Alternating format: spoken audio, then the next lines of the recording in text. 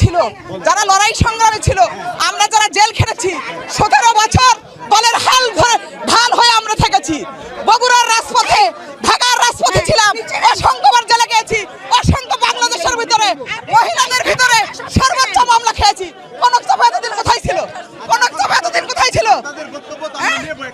তাহলে আমাদের সমস্যা কেন? ভুয়াই কনক চাপাকে এতদিন কে ছিল? আমরা সুবিধাবাদীদেরকে দেখতে চাই না। রাজপথে যারা লড়াই সংগ্রাম করেছে আমরা তাদেরকে চাই, আমরা তাদেরকে চাই। নো কিসের কনক চাপা? আপনারা কনক চাপা কে পাগল হয়ে গেছেন? মানে কনক চাপা এতদিন কই ছিল? কয়টা মামলা খেয়েছে? কয়টা লড়াই সংগ্রামে অংশগ্রহণ করেছে?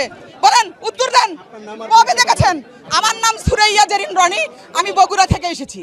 আমি বগুড়া জেলা বিএনপির সহ সাংগঠনিক সম্পাদক, মহিলা দলের জয়েন্ট সেক্রেটারি, কেন্দ্রীয় মহিলা দলের আমি নির্বাহী সদস্য। 17 বছর দলের ঢাল হয়েছিলাম। কনক চাপাদের